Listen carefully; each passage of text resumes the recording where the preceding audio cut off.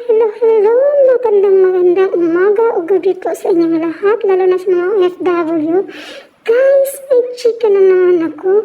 Malacanang ni-raid ng NBI at tinulungan ng Peace SG. Nakuhaan ng droga. Pero bago yan, intro muna tayo. 1, 2, 3.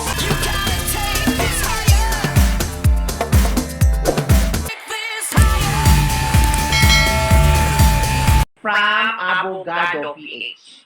Dragged in inside Malacanang complex, NBI snapped suspected pusher, another on the run. In a shocking box, agents of the National Bureau of Investigation NBI, with support from the Presidential Security Group PSG, abot na lang tumulong ang PSG, raided an alleged drug-den operating within the Malacanang complex, arresting a suspected drug pusher with methamphetamine hydrochloride or shabu-shabu. The suspect, identified as Edgar Ventura, alias Face, was caught inside his house at San Miguel, Manila area, just a stone's throw away from the seat of power, which is the Malacanang. My goodness! His alleged partner in crime, Francisco Soriano, alias Kuntot, basahin ko na nakabibigha. Kita niyo naman si Risa, oy. Ito, both Ventura and Soriano are facing complaints of violating Public Act number 9165, the Comprehensive Dangerous Act of 2002. The case has been filed in the Manila Prosecutor's Office. Timing talaga to sa mga trending news ni BBM, no? Naku, ano nangyari? The location of the operation raises questions about whether the drug trade has infiltrated even the most secure corners of complexes where government holds office. Pati ba naman sa loob ng Malacanang complex? O ayan, kita, Malacanang. So na-fact check din. So totoo talaga yung mga review na lumalabas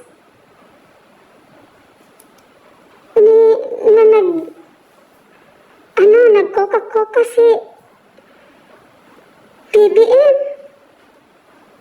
OMG, nakakahiya. Tapos ngayon, ano yan? Huli pero di kulong. Andyan lang pala sa inyo.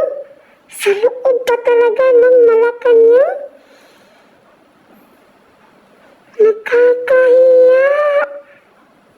Bagoong Pilipinas na nga.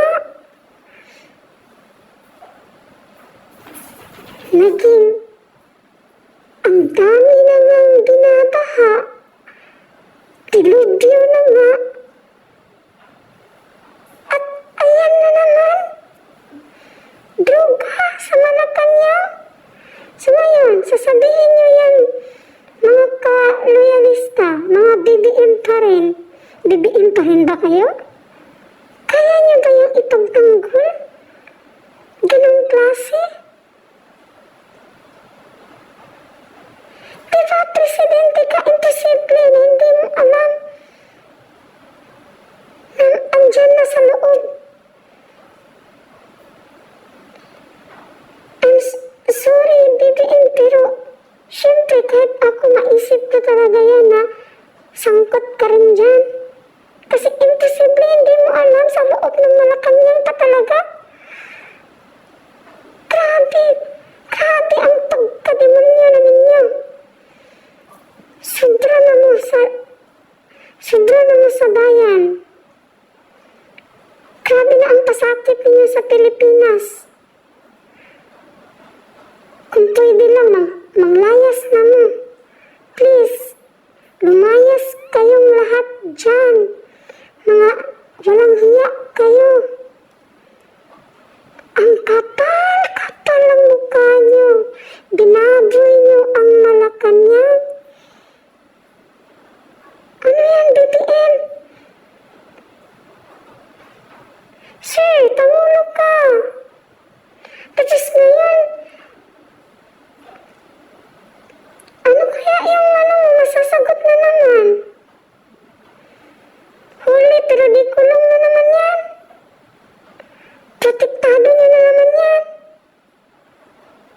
Tapos alam niyo guys, hindi yan binalita ng mga mainstream media. Hindi pa yan nabalita.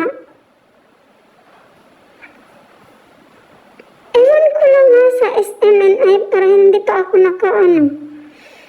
Kasi yun lang naman talaga ang nagbalita ng totoo. SMNI lang naman talaga ang nagbalita ng totoo. Grabe guys. Kayo. Shock. Sobrang na-shock ako sa nabasa ko. Sobra, grabe. Tapos ngayon, yung mga nabahaan, kakarampot lang yung mga tulong nila. Tapos, nakita niyo ba? Na talagang nilagyan pa din ni Ako Bicol tambi-tambi ng mukha niya. Diyos ko, binaha na nga. May mukha pa. Alam niyo yun, nakakainis. Tapos ngayon, binaboy na naman nilang Malacanang. Ang kapal ng mukha. Ayun, hinanap din si Madam Lisa kasi wala. Ngayon siya kailangan ng mga tao. Pero mas inuna pa niya yung anong tawag doon? Auxiliary niya. Diba? Kaya nga, wala talaga silang puso para sa tao, para sa bayan. Para sila sa sarili nila, sa mga kayamanan nila, kung paano magpayaman. Alam niyo yun? Tapos ngayon, yung mga loyalista, bibiin pa rin, magagalit, pag pinupuna yung mga amo nila. Pero, kapuna-puna naman talaga. Ang kapal-kapal din ninyo, mga utok-utok kayo, mga tanga. Tapos sabihin ninyo, mga vlogger ng Duterte, bigo, ikaw, utok-utok, tanga, kapal ang mukha. Diba? Yan, marami akong nababasa na grabing tanggol nila. Marami na nga namamatay sa baha.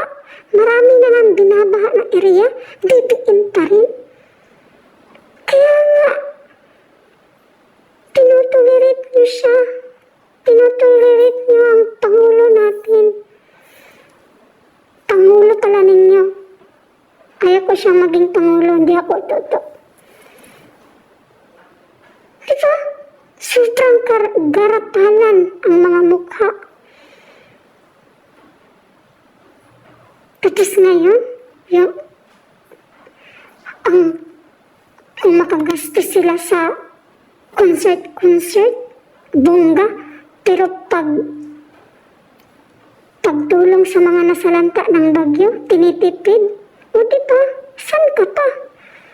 Pangulong tuliro, tulong. Yan. Kaya nga, minsan, sorry ha, pero minsan nasasabi ko yung mga loyalista pa rin na hindi nila na-realize. Minsan nasasabi ko, sana maranasan ninyo ang kagipitan. Alam niyo yun, para ma-realize ninyo, o iwan ko lang kung uto-uto pa rin kayo. Tulad kayo sa inyong mga uto-uto, mga gonggong. Ay. Alright. At yan lang po ang balita ko ngayon, reaction, opinion ko sa gonggong na namumuno sa atin. At sana po suportahan niyo yung channel ko, munting channel ko. Paki-subscribe naman po, paki-like and share na din po para malaman ng iba kung gaano kagarapalan na ang namumuno, ang mga alituris niya sa loob ng Malacanang. Sobra garapal. Alright, bye-bye.